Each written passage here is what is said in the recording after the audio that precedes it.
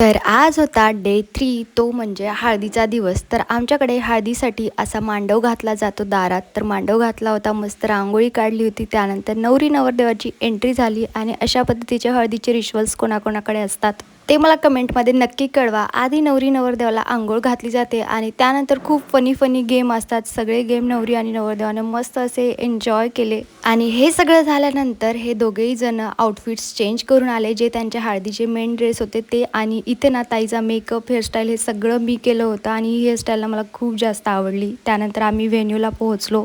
तिथे मस्त अँकर जी आली होती ना, तिने गेम्स वगैरे कंडक्ट केले, सगळ्यांना खूप छान एंटरटेन केलं आणि ब्राईड आणि ग्रूमचा डान्ससुद्धा झाला. ह्यानंतर आमचासुद्धा एक ग्रुप डान्स होता, त्याचा ना मी एक वेगळा व्हिडिओ पोस्ट करेल. आणि सगळं झाल्यानंतर शेवटी नवरदेवाने नवरीला मस्त असं प्रपोज केलं. तर खूप छान झालं हळदीचं फंक्शन आणि हे सगळं झाल्यानंतर सगळ्यांनी हळद खेळली.